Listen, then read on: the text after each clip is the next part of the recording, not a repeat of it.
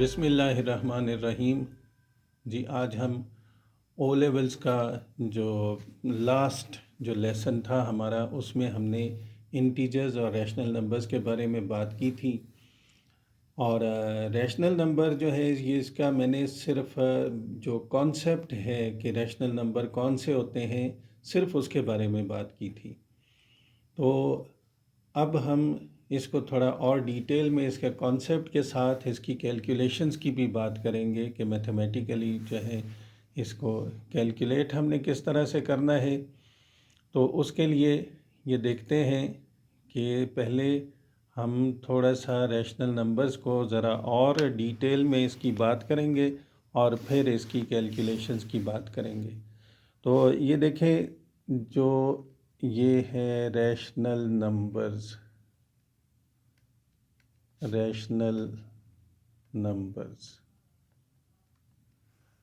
तो rational number जो है, एक जो सिंपल डेफिनेशन इसकी ये की जाती है कि P over Q is a rational number. P over Q is a rational number if P and Q are integers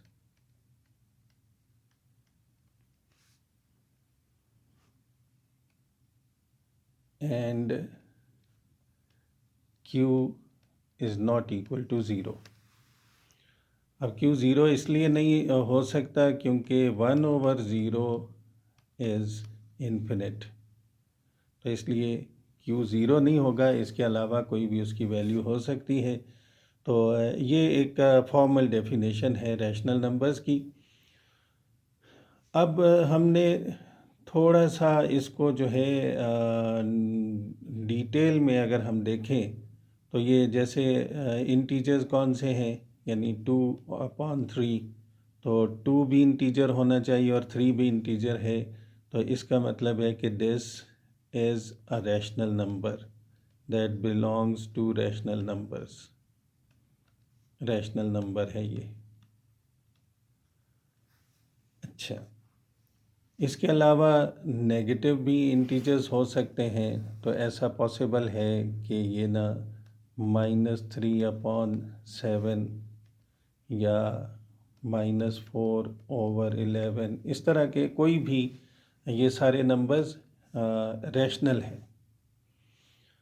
अब अगर ये कौन से रैशनल नहीं हैं, तो देखिए डेसिमल वाले नंबर क्या वो रैशनल होते हैं कि नहीं होते। तो उसमें हमें ये देखना है कि ऐसा डेसिमल वाला नंबर जिसको हम फ्रैक्शन में लिख सकें, तो दैट इज़ रैशनल। अब कौन से ऐसे डेसिमल वाले नंबर हैं जिनको हम फ्रैक्शन में लिख सकते हैं और जिनको नहीं लिख सकते, तो उसको अभी हम थोड़ा सा देख लेते हैं। कि मसलन अगर हम ये कहें कि जी जैसे 2.3, तो 2.3 is 23/10 and you can say that this is 2 whole 3/10। तो that means 2/3 is rational, क्योंकि इसकी क्लियर कट एक वैल्यू है इस तरह से, तो इसलिए ये रैशनल होगा। इसी तरह 0.57 है तो ये भी रैशनल इस तरह से है कि this is 57/100। We can write it as fraction. तो जिसको फ्रैक्शन में लिख सकें तो वो रैशनल नंबर होंगे। अच्छा, अब एक और चीज़ जो डेसिमल्स के बारे में है ना, वो हमें ये पता है कि डेसिमल दो तरह के हैं। डेसिमल्स जो हैं, एक होते हैं डेसिमल्स दो हैं, एक रिकरिंग होते हैं और दूसरे डेसिमल्स जो हैं वो नॉन रिकरिंग है। नॉन रिकरिंग, तो नॉन रिकरिंग जो हैं ये फिर दो तरह के होते हैं। इसके जो है ये नॉन रिकरिंग जो डेसिमल है ये वाले, इसके दो तरह के हो सकते हैं। एक टर्मिनेटिंग डेसिमल्स और दूसरा जो है ये नॉन टर्मिनेटिंग नॉन टर्मिनेटिंग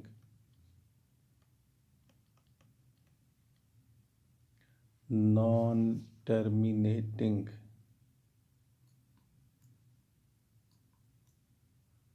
तो इसको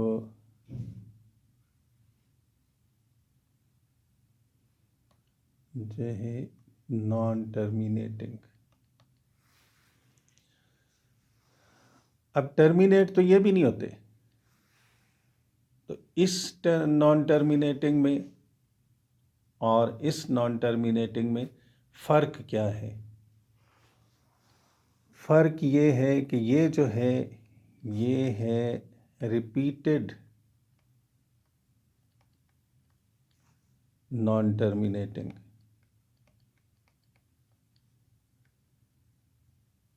नॉन टर्मिनेटिंग ये फिर जो है तो एक जो है इसमें डिजिट्स रिपीट होते हैं।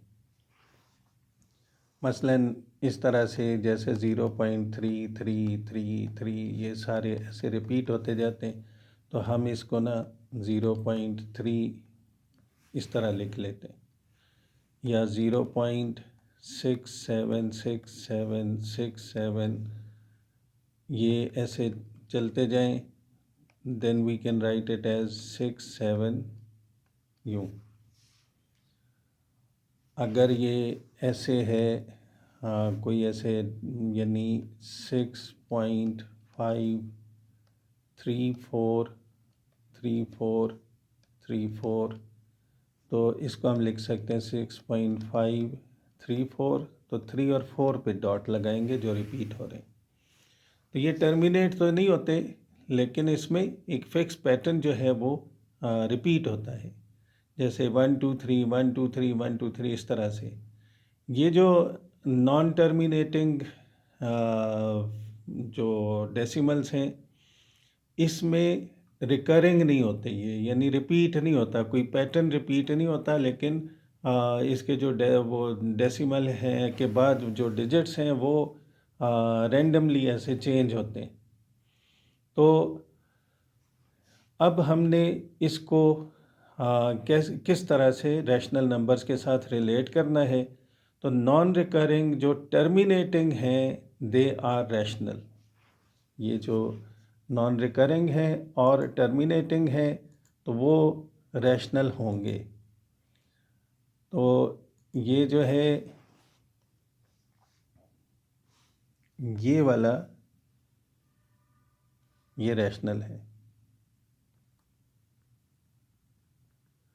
ये रैशनल नंबर्स हैं। अब ये जो रिकरिंग है ये भी नॉन टर्मिनेटिंग है, लेकिन ये भी रैशनल हैं। ये हमने लास्ट टाइम भी एक एग्ज़ाम्पल की थी, अभी फिर एक दफ़ा इसको देख सकते हैं हम। और ये जो है ना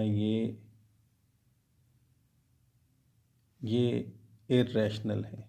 इर्रेशनल मतलब not rational, these are not rational. तो अब इस तरह आप इस बात को समझ सकते हैं कि एक रिकरिंग डेसिमल जो कि रिपीट होते हैं, नॉन टर्मिनेटिंग हैं लेकिन रिपीट होते हैं, इसलिए ये रैशनल हो सकते हैं। जबकि ये वाले जो है नॉन रिकरिंग हैं जो हैं वो जो टर्मिनेटिंग नॉन रिकरिंग होंगे तो वो रैशनल होंगे, लेकिन जो नॉन रिकरिंग और नॉन टर्मिनेटिंग हैं वो रैशनल नहीं होंगे। अब ये जो टर्मिनेटिंग है वो तो हमने देख लिया कि ये जो है जैसे ये था, ये इसका फ्रैक्शन ये बनता है 0.57 का ये बनता है। तो अब जो नॉन रिकरिंग है उनको जो है किस तरह से हम फ्रैक्शन में चेंज कर सकते हैं, तो वो हम कोई सा भी ऐसे यहाँ पे मसलन ये हमने लास्ट टाइम भी ये किया था कि जैसे ये मैं सिंपल सा 0.3 है ना, ये डॉट इस पे कि ये रिपीट हो रहा है, तो इसको आप करें कि let x is equal to 0.3। अब आपको पता है कि ये रिपीट होता जाता है, तो इसको अगर हम जितने डेसिमल प्लेसेस रिपीट हों उतने उसके जो है ये 10 टाइम्स उसका जो है x के साथ मल्टीप्लाई करें, तो ये हो जाएगा 3.3। ये इस तरह से आगे फिर ये रिपीट होता जाएगा, तो इसको 10x इक्वल टू 3 प्लस 0.3 ये आ जाएगा। ये देखें असल में ऐसे होता है जैसे हमने लिखा 2.7, तो वो दरअसल 2 प्लस 0.7 के इक्वल होता है। तो जो डेसिमल के बाद वाले जो नंबर्स हैं साथ, उसको आप प्लस के साइन के साथ यूँ लिख सकते हैं। Now you can see that 3 plus what is this is x, ये पूरा x है ना, तो x को इधर ले आए तो 9x इक्वल टू 3, तो x is equal to 3/9 which is x is equal to 1/3। यानी जो रिकरिंग डेसिमल है 3 का, तो वो दरअसल 1/3 के इक्वल है। तो इससे ये समझ लें कि कोई भी रिकरिंग डेसिमल हो तो हम उसको फ्रैक्शन में चेंज कर सकते हैं। तो इस तरह से recurring decimals are also rational numbers. तो अब इरेशनल कौन से होते हैं कि जो मतलब नॉन टर्मिनेटिंग डेसिमल प्लेसेस किस में आते हैं, तो वो एक जो है जैसे √2 है या √5 है, इस तरह के जिसके स्क्वायर रूट्स का कोई लिमिट नहीं है, कोई कहीं पे जाके टर्मिनेट नहीं होते और इनके डेसिमल प्लेसेस चलते रहते हैं, तो these are non terminating decimal places, so they are not rational, they are irrational. दूसरा जो है कुछ ऐसे जैसे पाई की वैल्यू है, इसके बारे में अगर कोई कन्फ्यूजन है तो वो पहले मैं क्लियर कर दूं कि जो पाई की वैल्यू है वो ऐसा है कि फ़िलहाल ऐसी कोई पाई की एग्जैक्ट वैल्यू फाइंड नहीं की जा सकी। एग्जैक्ट वैल्यू का मतलब है कि जैसे हमें पता है 3.141, ये इस तरह से आगे डेसिमल प्लेसेस चलते हैं, तो ये पता नहीं 200 या 250 के करीब इसके डेसिमल प्लेसेस तक जो है मुख्तलिफ़ लोगों ने इसकी वैल्यूज़ फाइंड की हैं और शायद अभी उससे भी आगे किया हो। लेकिन इसका प्रॉब्लम ये है कि इसके डेसिमल प्लेसेस 200 डेसिमल प्लेसेस या 250 डेसिमल प्लेसेस या उससे भी ज़्यादा, तो वो टर्मिनेट फिर भी नहीं होते। तो पाई की वैल्यू ऐसी है कि जिसके डेसिमल प्लेसेस टर्मिनेट नहीं हो रहे, तो इस वजह से ये non terminating non recurring decimal place है, इसकी वैल्यू है, तो इस वजह से हम इसको इर्रेशनल नंबर समझते हैं, यानी ये रैशनल नहीं है। अब ये मैं इसकी वैल्यू अगर लिखूं पाई की वैल्यू, तो दैट इज़ 3.14, ये जो कैलकुलेटर वैल्यू बता रहा है इसकी 1592654। ये तो क्योंकि कैलकुलेटर में एक limited number of decimal places होते हैं, तो उसके हिसाब से ये वैल्यू इसकी ये दे रहा है। अच्छा, अब जो है ना बच्चों को ऐसे लगता है कि पाई की वैल्यू 22/7 भी तो है, तो 22/7 जो है ये देखें 22/7 अगर मैं कैलकुलेटर में 22 को 7 से डिवाइड करूं तो इट्स वैल्यू इज़ 3.142827,143। इसमें आप ये क्लियरली ये देख सकते हैं कि ये 3.14 यहाँ तक सिर्फ सेम है, उसके बाद ये आगे से चेंज हो गया है। इसको आप राउंड ऑफ करके 3.142 लिख सकते हैं, लेकिन इसको अगर आप राउंड ऑफ करेंगे तो 3.143 होगा।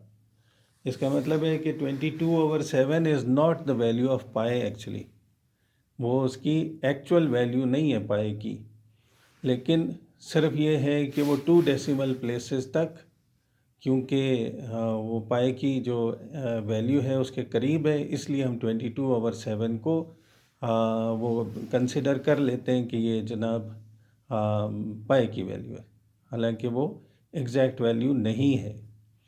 अब यहाँ पे एक चीज़ और नोट करें कि देखें 1428, तो यहाँ से ना ये 7 के बाद इस जगह से ये वैल्यू यहाँ तक,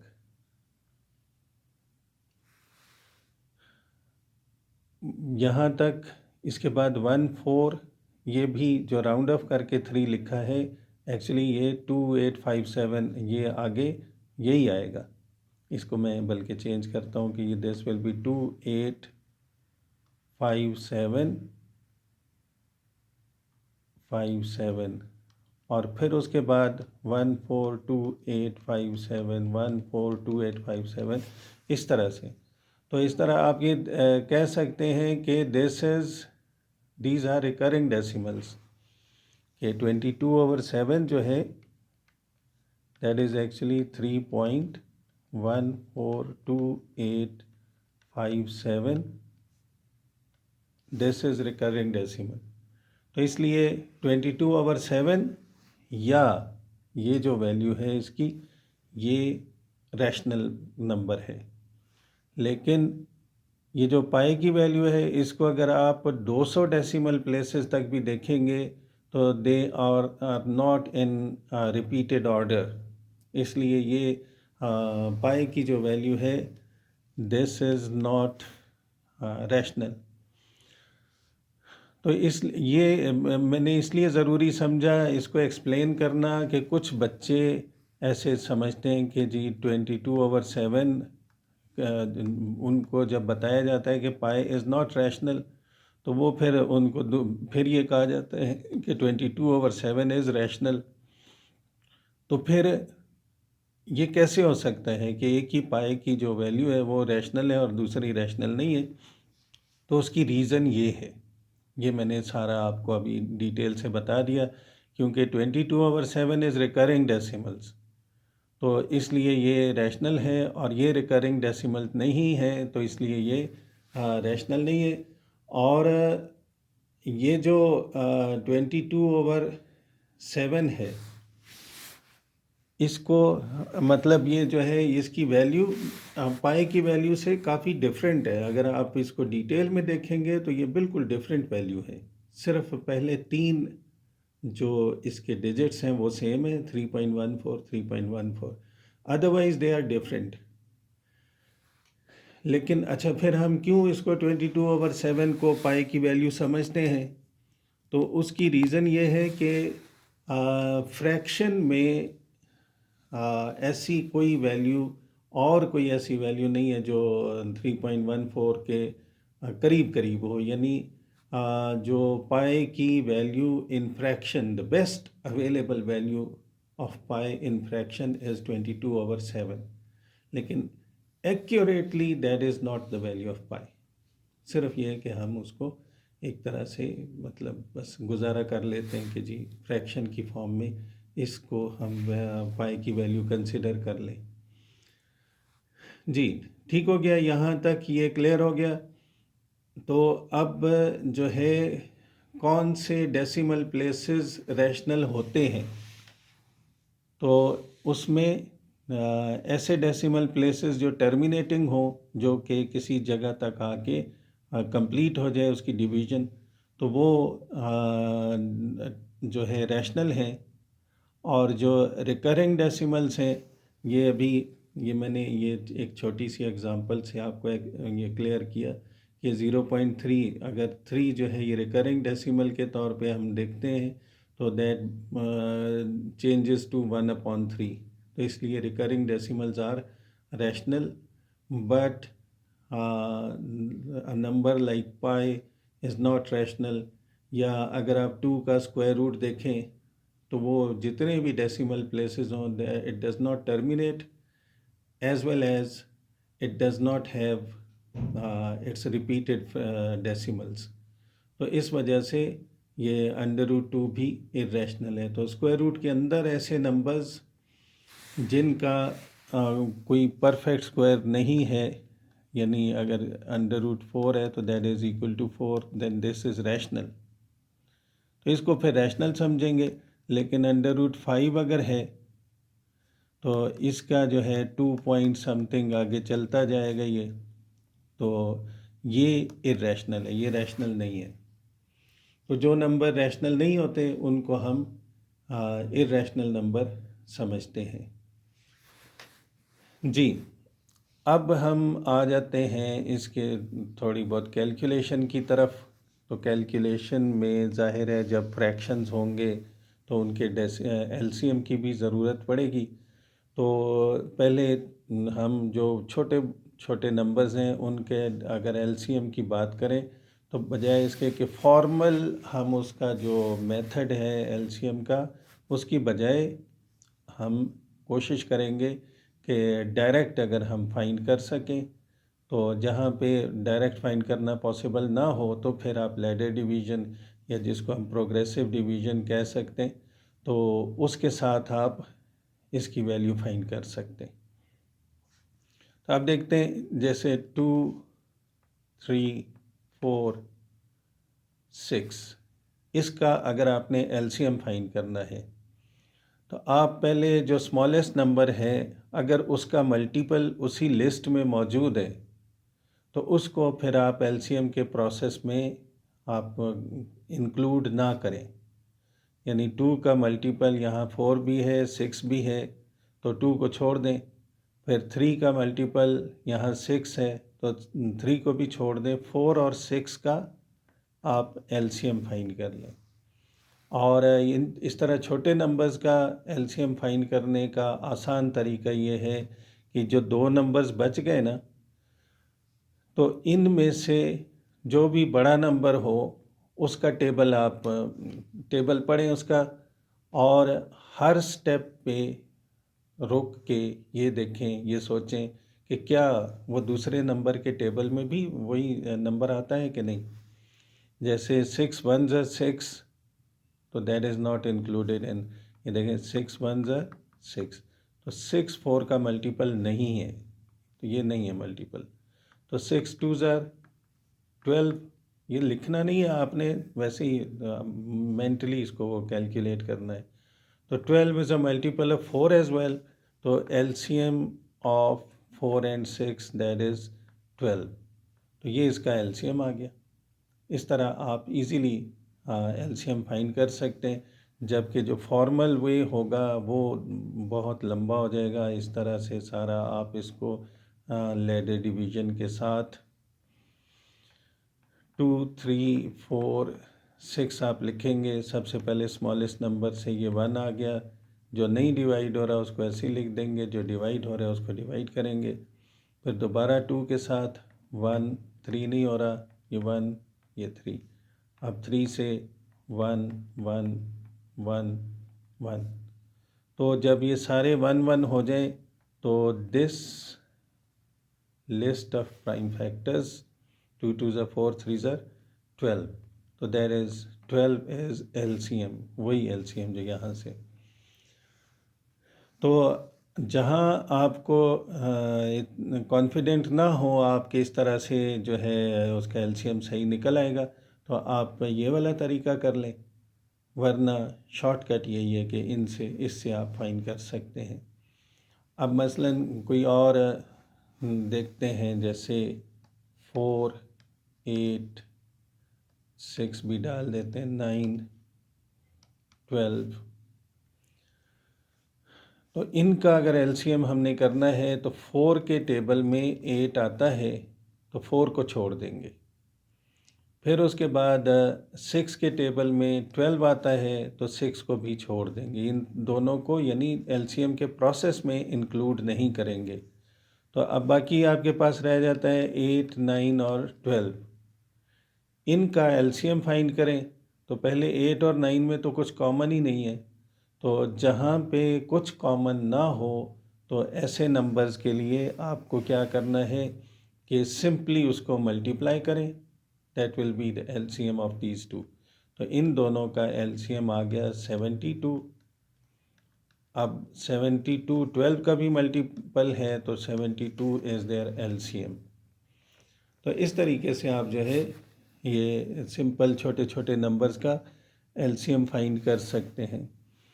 अब अगर इस तरह से इसमें अभी हमने 2-3 चीज़ें हैं जो कंसिडर करनी है। एक है ऑर्डरिंग ऑफ रैशनल नंबर्स। तो ऑर्डरिंग में अगर 2, 3, 4 ऐसे कोई नंबर दिए हुए हैं 1/2, 3/4 या 11/12, तो इसको अगर हमने देखना है कि कौन से ऑर्डर यानी स्मॉलेस्ट कौन सा है और लार्जेस्ट कौन सा है इसमें, तो उसके लिए हम क्या करेंगे कि इनका एलसीएम ले लेंगे। तो एलसीएम आप देख सकते हैं कि 2 का मल्टीपल 4 यहाँ पे है, बल्कि 12 भी है, 4 का मल्टीपल भी ये है।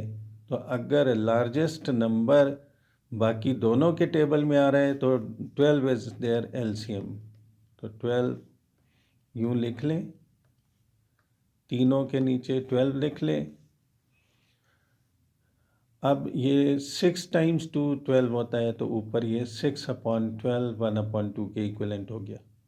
4 से इसको डिवाइड करें 3 तो ये 9/12 हो गया, ये 11/12 हो गया। तो इसका मतलब है this is smallest, larger than that and the largest. तो ये ऑर्डर इसका मेरा ख्याल है जिस तरह लिखा हुआ है उसी ऑर्डर में, असेंडिंग ऑर्डर में ये इसी तरह से इनको हम लिख सकते हैं। और इसके अलावा अगर कोई और नंबर मसलन अगर मैं यहाँ पे लिखूँ कि ये 3/4 और 5/9 एंड 7/12। अब देखते तो 4 का मल्टीपल 12 यहाँ पे ऑलरेडी है, तो बाकी फिर 12 और 9 का एलसीएम जब आप फाइंड करेंगे तो शॉर्टकट इसका ये है कि इसका एचसीएफ क्या है, दोनों किस टेबल में आते हैं, 3 के टेबल में। तो 3 4 ज़ा 12 तो 9 4 ज़ा 36 इसका एलसीएम आ गया। तो इसको आप 36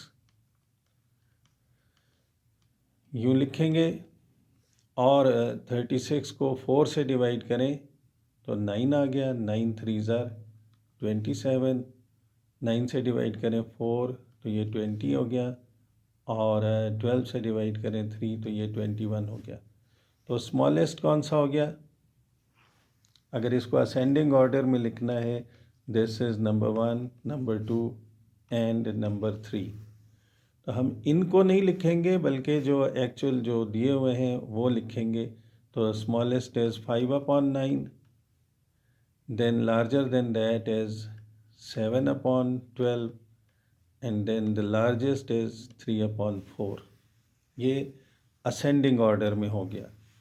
तो अगर डिसेंडिंग ऑर्डर में लिखना होगा तो लार्जेस्ट पहले आएगा फिर स्मॉलर, उस तरह से आ जाएंगे। तो ऑर्डरिंग अगर करनी है तो इस तरह आप इसको लिख के कर सकते हैं कि कैसे इनको, और कोई ऐसा इसमें यहाँ पे ये एक हम यहाँ से ये लिख सकते हैं कि इसको मैं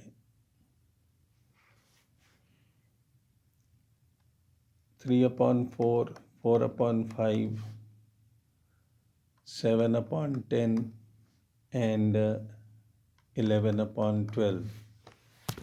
अब सबसे पहले इसका एलसीएम, तो ये नंबर देखें 4 का मल्टीपल यहाँ पे है या नहीं, जी ये है 12 है। 4 को छोड़ दें, 5 का मल्टीपल ये 10 है तो 5 को भी छोड़ दें, बाकी रह गया 10 और 12, दोनों का HCF क्या है 2, यानी जो हाईएस्ट कॉमन फैक्टर इसका 2 है, तो इसको डिवाइड करें 6, 10 6 60, 60 इज़ देयर LCM, तो इसको 60 यूँ लिखें।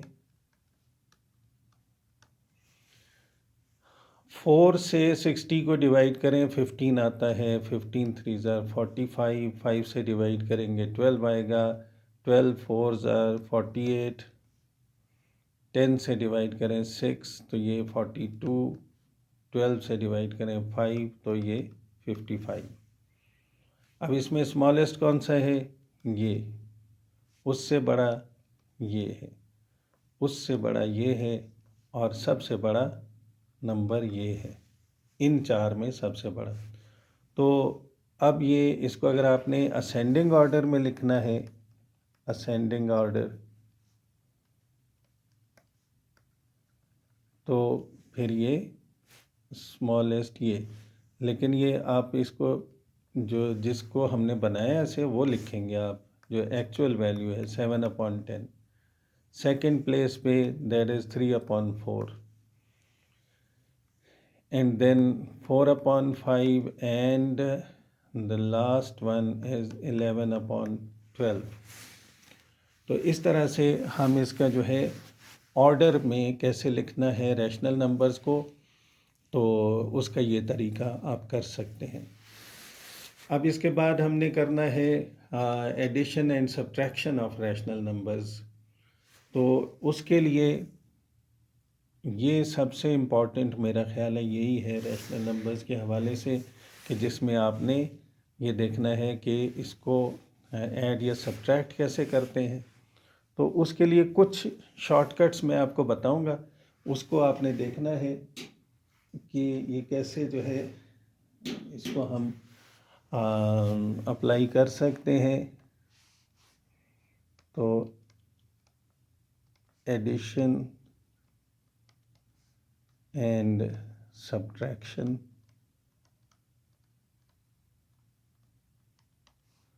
of rational numbers,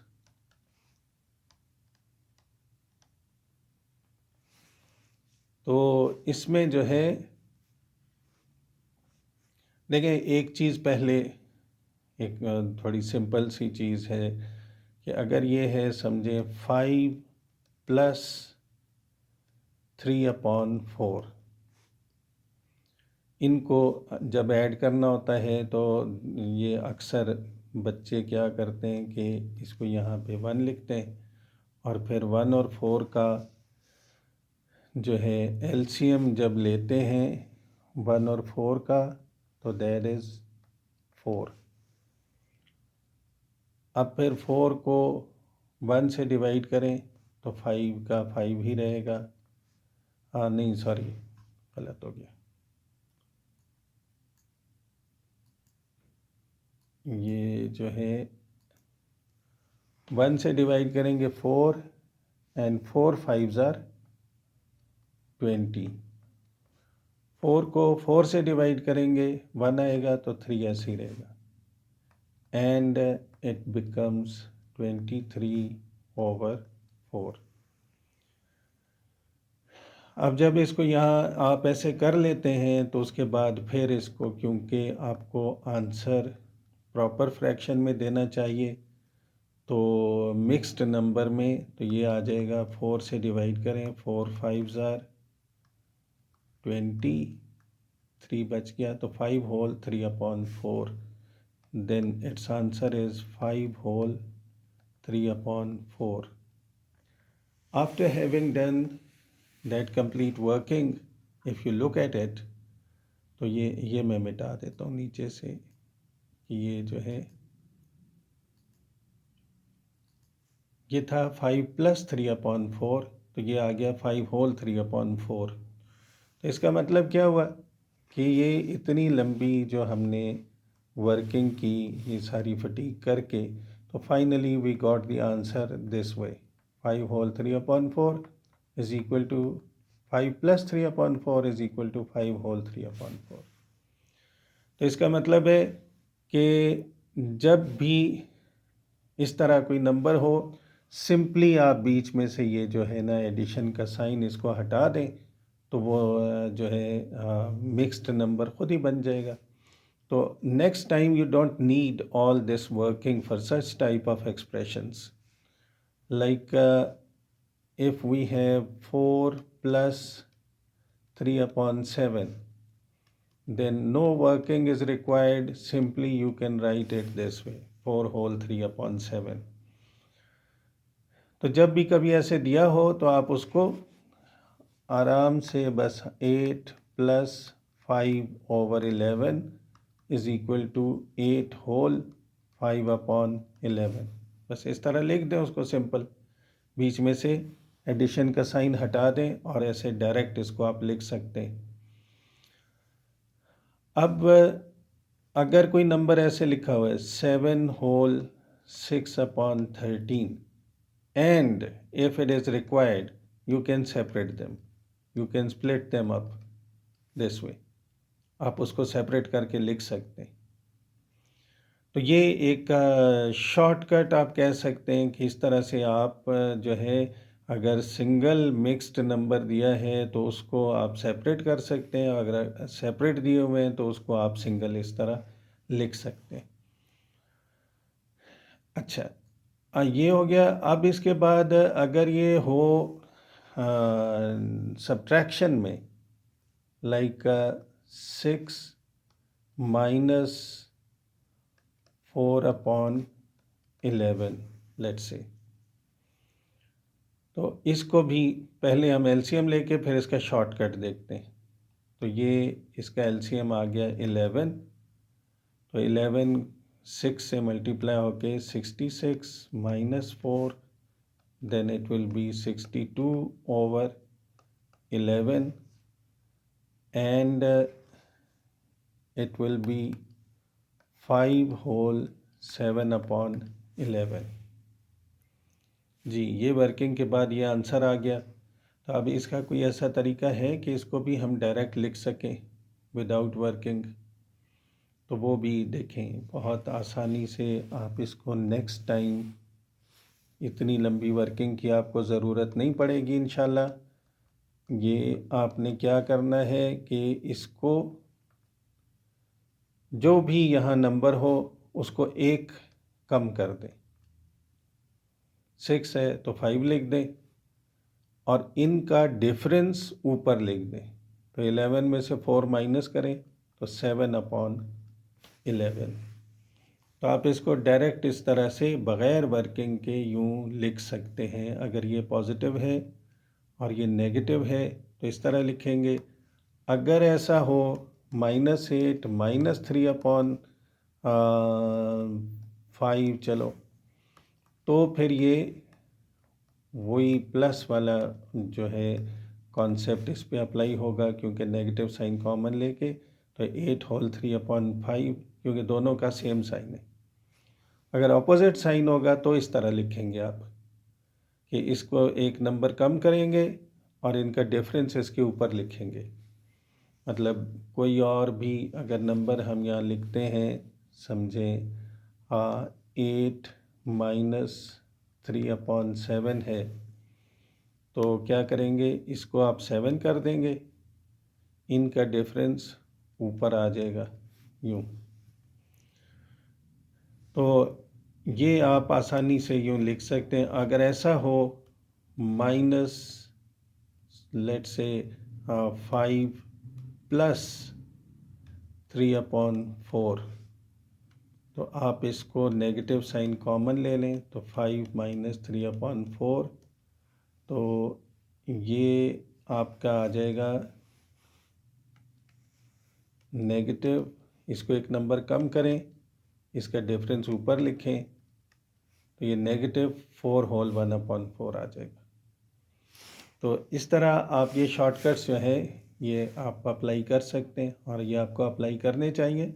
ये मतलब इसमें कोई हर्ज नहीं है कि इस तरह से अगर आप डायरेक्ट इसका आंसर लिख लेते हैं अब हम ये एक क्वेश्चन यहाँ से ये सॉल्व करते हैं कि अगर ये है 4 whole 3/5 minus 1 whole 2/15 minus 2 whole 7/9 and minus 2/45।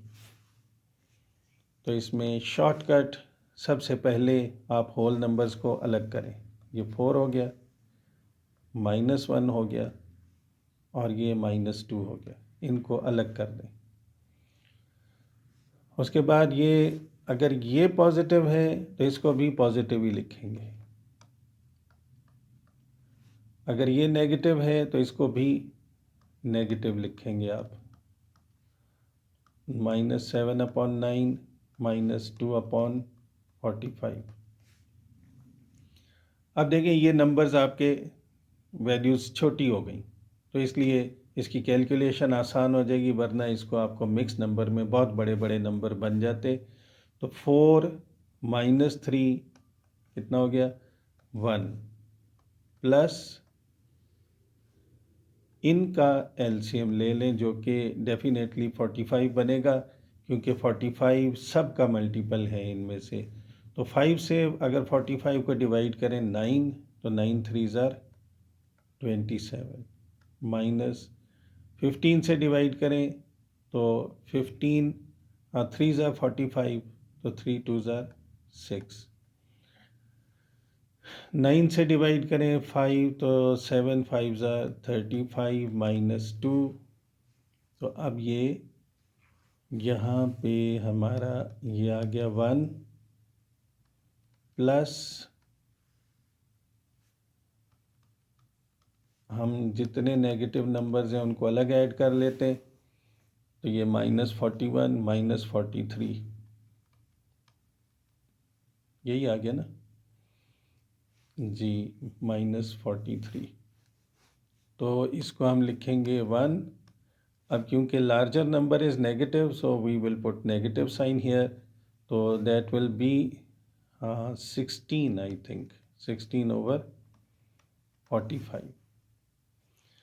अब देखें ये बीच में नेगेटिव साइन आ गया है, तो आप क्या करेंगे कि इसको एक कम करें तो कुछ भी नहीं बचा यहाँ पे, इनका डिफरेंस ऊपर लिखेंगे, that will B 29/45। So this is the way you can solve it easily by separating the whole numbers। तो जब भी आपके होल नंबर्स की फॉर्म में इस तरह से एडिशन या सब्ट्रैक्शन दी हो, तो इस तरीके से आप इसको सॉल्व करेंगे। This is only about addition and subtraction of rational numbers. अब इसके बाद हम बात करते हैं multiplication and division. Multiplication and division of rational numbers, तो वो जो है उसमें इस तरह से कि अगर मल्टीप्लाई या डिवाइड करना है आपने, तो फिर आपको होल नंबर सेपरेट नहीं कर सकते। तो दिस इज़ मल्टीप्लिकेशन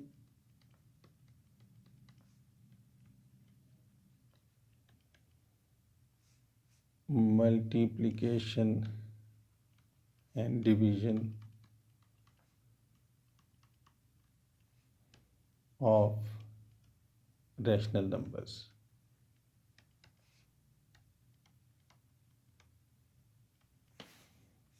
तो इसमें कैसे है कि अगर ये है 3 होल 1/2 एंड 4 होल 4/5 एंड 5/14, तो मल्टीप्लिकेशन या डिवीज़न अगर होगी तो फिर आपको लाजमी है कि इसको इम्प्रॉपर फ्रैक्शन में चेंज करें। तो 3 2 ज़ार 6 + 1 7/2 मल्टीप्लाइड बाय 24/5 मल्टीप्लाइड बाय 5/14। अच्छा देखिए, ये हम इससे पहले भी ये बात कर चुके हैं कि जब भी कोई भी वैल्यूज़ जब तक आपस में मल्टीप्लाई होती हैं, वो सारा एक सिंगल टर्म कंसिडर करते हैं उसको। मसलन अगर ऐसे है ना a² b³ c a² B C4 A5 B square C³ ऐसे कुछ भी लिखा हुआ है। तो now how many terms are there in this expression. तो वो जो है ये आप इसको अगर सोचना चाह रहे हैं थोड़ी देर बेशक सोच लें, but this is actually one term, ये सिंगल टर्म है। उसकी वजह ये है कि सारे आपस में मल्टीप्लाई हो रहे हैं। तो जब तक वैल्यूज़ मल्टीप्लाई होती हैं they are said to be a single term. अच्छा, अब देखें यहाँ पे अगर मैं इसको यहाँ प्लस लगा दूँ, now these are two terms, एक टर्म ये हो गई और एक टर्म ये हो गई। तो ये अभी ये दो टर्म्स हो गई हैं। अब अगर मैं इसको वो करूं, इसको मैं बीच में यहाँ कहीं और एक समझिए माइनस का साइन लगा दूं, तो अब ये तीन टर्म्स हो गई। अगर यहाँ भी कोई साइन लगा दूं तो ये चार टर्म्स हो गई, ये एक, ये दो, ये तीन, और नहीं सॉरी, ये दोनों एक ही हैं, ये अलग अलग नहीं है क्योंकि बीच में प्लस या माइनस नहीं है। तो this is a single term, यहाँ से यहाँ तक एक, ये दो, ये तीन टर्म्स और ये चार टर्म्स हो गए। तो प्लस या माइनस का साइन जो है टर्म्स को सेपरेट करता है। जब तक प्लस या माइनस ना हो तो वो पूरा एक सिंगल टर्म कहलाएगी। तो यहाँ पे this is a single term, ये पूरे का पूरा जो है एक ही टर्म है क्योंकि बीच में कहीं प्लस या माइनस का साइन नहीं है। तो इसलिए इसमें कोई फ़र्क नहीं पड़ता कि इधर का ये वाला 7, इसको मैं एक मिनट कलर इसका कि अगर यहाँ से ये मैं इसको इसके साथ भी कैंसिल कर सकता हूँ। अगर बीच में प्लस होता या यहाँ पे माइनस होता कुछ ऐसा फिर नहीं कर सकते थे। At the moment it is a single term. Now this two and this two, two two ज़र 4, तो ये इसके साथ कट गया, 5 5 कट गया, तो फाइनली इट्स आंसर इज 6। तो ये मल्टीप्लिकेशन इसकी इस तरीके से है। और एक और इसका क्वेश्चन हम यहाँ से कर लेते हैं कि जहाँ जिसमें डिवीज़न भी इन्वॉल्व है। तो there is 3 whole 1/9 multiplied by -3 whole 3/5 and divided by 2 whole 1/10। तो इसको हम अच्छा, अब फिर बीच में क्योंकि कहीं पे एडिशन या सब्ट्रैक्शन की बात नहीं है, ये नेगेटिव और मतलब है और सब्ट्रैक्शन और मतलब है। तो this is only one negative sign among all the values multiplied as a single term. So we can place that negative sign, single है तो इसलिए यहाँ लिख सकते हैं। दिस विल बी 9 3 27 + 1 28/9, 3 5 15 + 3 18/5, तो डिवाइडेड बाय 21/10। तो इसको अभी हम सिंप्लीफाई करते हैं। पहले सबको यूँ लिख लेते हैं, 5 एंड मल्टीप्लाइड बाय 10/21। इसको हमने अपसाइड डाउन, ये जो डिवीजन का साइन उसको मल्टीप्लिकेशन में चेंज किया, तो this is upside down. So now इसको हम यहाँ से अब ये देखें, ये 9 2 18, 5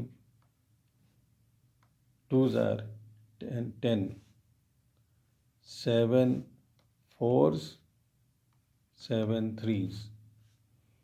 So this is -16/3। ऊपर 16 आ गया, नीचे 3 आ गया, तो 3 5 15, 1/3 नेगेटिव। तो इस तरह से हम इसका मल्टीप्लिकेशन और डिवीज़न में इसकी एप्लीकेशन ऐसे होगी। और उसके बाद जो है एक और चीज़, ये काफ़ी लंबी वीडियो हो गई है, लेकिन ये कि ये सारा कुछ हमने एक ही लेसन में कवर कर लिया है, तो ये आपके लिए काफ़ी फ्रूटफुल होगा। तो अब हम कि अगर बीच में वो एडिशन, सब्ट्रैक्शन और मल्टीप्लिकेशन, डिवीज़न भी साथ है, तो फिर कैसे करेंगे।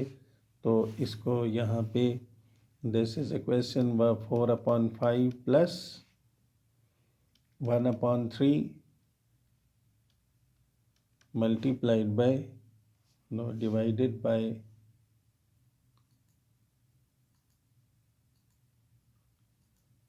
Divided by 2/3। तो इसमें वो बॉडमास वाली बात अप्लाई होगी, यानी पहले ब्रैकेट को सॉल्व करेंगे, उसके बाद बाकी चीज़ों का सोचेंगे। तो ब्रैकेट के अंदर यहाँ पे एलसीएम लेंगे 15, तो ये 12 + 5 multiplied by 3/2, so it is 17/15 multiplied by 3/2. So this 3 and 5 are cancelled, so that will be 17/10, or you can say 1 whole 7/10. तो ये बहुत ज़्यादा तो हम यहाँ पे ये क्वेश्चंस नहीं कर सकते थे, लेकिन ये है कि मैंने एक एक दो दो इनकी एग्जांपल्स की हैं। तो मेरा ख़्याल है कि ये पूरा लेसन अगर आप इसको गौर से पूरा देखेंगे तो आपको ये बात, मेरा ख़्याल है कि शायद ये इसके बाद ऐसा प्रॉब्लम नहीं होना चाहिए कि रैशनल नंबर्स क्या होते हैं। तो सबसे पहली चीज़ ये कि रैशनल नंबर्स का आपको पता हो, और फिर उसके जो है ना ये ऑपरेशंस जो हमने किए अभी, ये भी हम आपको आना चाहिए। और आने का मतलब ये है कि ये सिंपल जो टेक्निक्स हैं जिससे आपका टाइम सेव होता है पेपर में, तो उनकी एप्लीकेशन आपको सीखनी चाहिए। ये स्किल्स हैं जो कि आप डेवलप कर सकते हैं इजीली। तो इन चीज़ों को अगर आप कंसिडर करेंगे तो पेपर में आपके लिए आसानी ये होगी कि आप पर टाइम वेस्ट नहीं होगा। और इस तरह मेरा ख्याल है कि शायद आपका कॉन्फिडेंस भी ज़्यादा बेहतर हो जाता है। तो यहाँ पे इसको वाइंड अप करते हैं नेक्स्ट लेसन तक के लिए। तो नेक्स्ट इंशाल्लाह देखते हैं कि जो भी टॉपिक होगा उसको हम कंटिन्यू करेंगे। तो तब तक के लिए अल्लाह हाफिज़।